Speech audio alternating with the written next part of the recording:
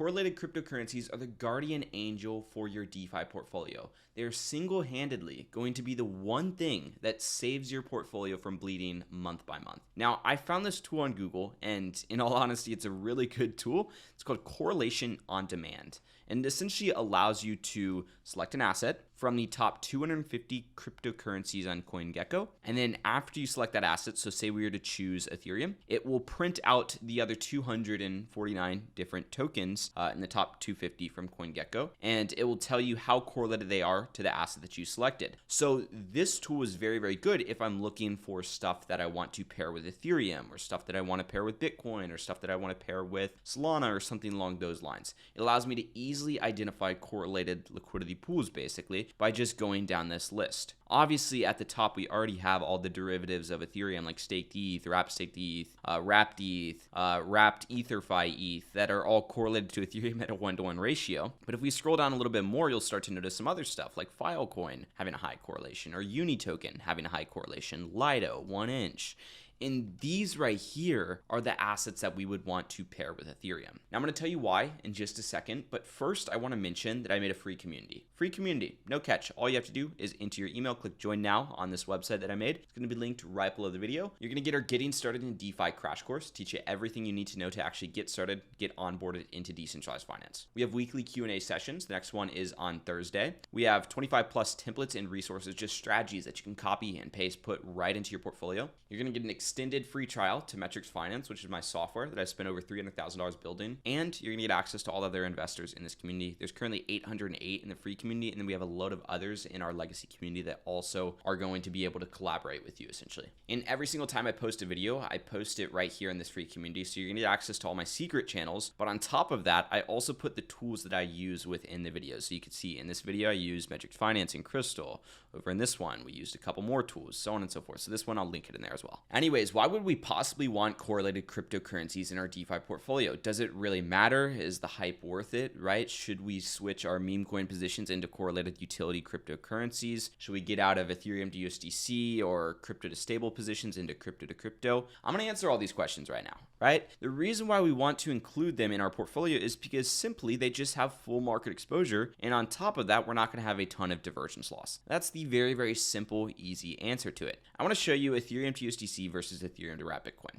Now, before I do that, I have one thing to tell you. Ethereum to USDC versus Ethereum to wrap Bitcoin. Ethereum to USDC is typically always going to have a higher return than something that is in the same exact risk category, but a crypto to crypto. So let's break that down. A crypto to stable is typically going to have a higher return than a crypto to crypto that is in the same risk category. I say same risk category because something like Ethereum to Aether might have a higher return than Ethereum to USDC, but also you're taking on a ton of risk with Ethereum to Aether. But if you look at the same risk category that Ethereum's in, and instead of pairing that with USDC, you pair it with a crypto to crypto asset, typically the crypto to crypto asset is going to have a lower return. And the simple reason why is because not a lot of people want to provide liquidity for Ethereum to USDC. And the reason why is because, well, number one, they can't go with tight ranges without quickly going out of range. Like, for example, if we were to do a range of plus 10%, minus 10% over here, that looks relatively tight. Whereas if we were to look over here at Ethereum to wrap Bitcoin, and we were to do a range of plus, let's just say 10%, minus 10%, you can see that captures all the recent data. And we don't really have to do any huge adjustments or anything along those lines. That's simply because Ethereum and wrap Bitcoin, they are correlated assets. And if we look at the past 30 days, you can see they have a 77% correlation to each other. That means that these things follow each other in price. If one's going up, typically the other one is going up as well. If one's going down, typically the other one is going down as well. Now, a lot of people think that this chart right here is dollars. It's not, right? This chart right here is the pool price. Liquidity pools and smart contracts, they look at pool price. They do not look at dollar price. Dollar price determines pool price, but they look at pool price. Pool price is how many of one asset equals another. So in this instance, we're looking at how many wrap Bitcoins equal Ethereum at a given period in time. So over here, 0.0223 wrap Bitcoins equal one Ethereum. Whereas over here, 0.0189 wrap Bitcoins equal one Ethereum. Now, what does that mean when the price is going down? That means that Bitcoin is outperforming. When it goes up, that means that Bitcoin is underperforming. Why? Because as it's going down, it takes less Bitcoins to equal one Ethereum, meaning that Bitcoin is becoming more valuable in comparison to Ethereum. And again, that could mean that Ethereum is going down, Bitcoin staying the same. That can mean that Bitcoin's going up, Ethereum staying the same. It can mean that they're both going up, but Bitcoin's just going up faster. tons of different probabilities. But I want to go ahead and find a range for both Ethereum to USDC and Ethereum to wrap Bitcoin and literally just show you that the proof is in the pudding and show you the results basically. Let's say we were to go with a relatively tight range for this, 55.5 right here. And then over as our min price, we were to put something like 49 or something like that. All right, it's going to give us about 50% wrap Bitcoin, 50% Ethereum. We're not doing any crazy ratios or anything like that. We're just simply doing 50-50 range. Let's say we have $25,000 to deploy into this liquidity pool, just like that. We're going to use the past 14 days for our calculation time frame, just because volume has picked up. Over here on Ethereum to USDC, we are going to do a min price of something like 1,400, and our max price is going to be something like, let's just say 1,850. It's going to get us, once again, around a 50-50 ratio, nothing too crazy whatsoever. And we're going to use our calculation time frame of roughly, just say 14 days as well. So that way we're looking at similar time frames. You could see wrap Bitcoin to Ethereum does 127% APR. Ethereum to USDC,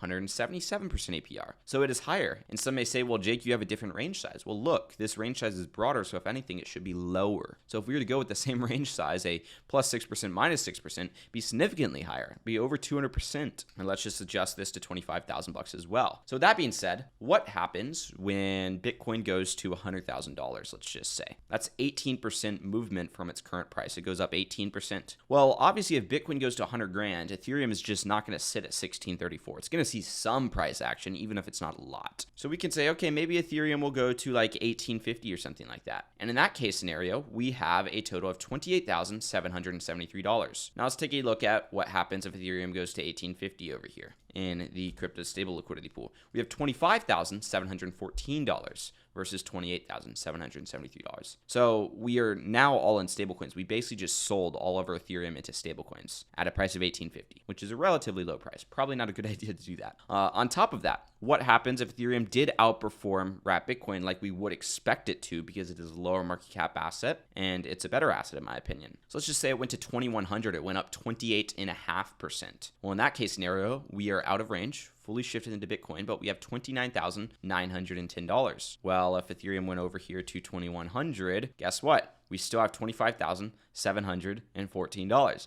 because we're fully in USDC. And yes, we could have rebalanced and everything like that, but we'd still have like significantly less than if we were to just be in the crypto to crypto liquidity pool. So again, like while this kind of cuts out some of your market risk, at the same time, right now is the perfect time to take on market risk in my opinion, because assets are at low prices. Bitcoin bounced from $75,000. Ethereum bounced from $1,400. Solana bounced from $105. I actually think at one point it almost went down to $100 if we look at the past month. Yeah, right over here, it was at a price of $95. These things are bouncing from these prices. These prices are reactive. So if there's one good time to take market exposure, it is now in my personal opinion. Again, not financial advice. Do what you think is best with your portfolio. If you guys are enjoying the content so far, make sure to drop a like, subscribe, notifications turned on. Also, let me know what problems you guys are experiencing right down below in the comment section. I'll be happy to make some content around it. But my point being is these correlated cryptocurrency assets are going to save your portfolio because you're going to be able to ride up the market as the market continues to go up and up and up. Not only are you going to produce income, yes, at a little bit lower of a rate, but you're going to have full market exposure, which means that you're going to see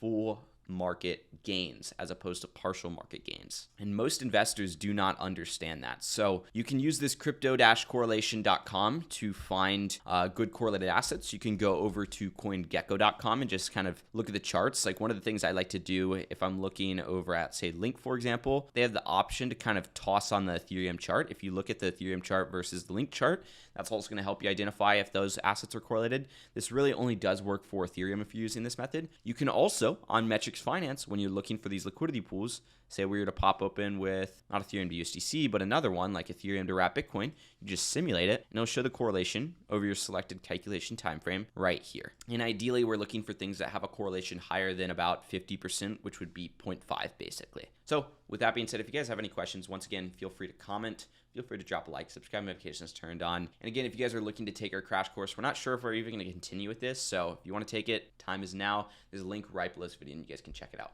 See you guys in the next one. Peace out.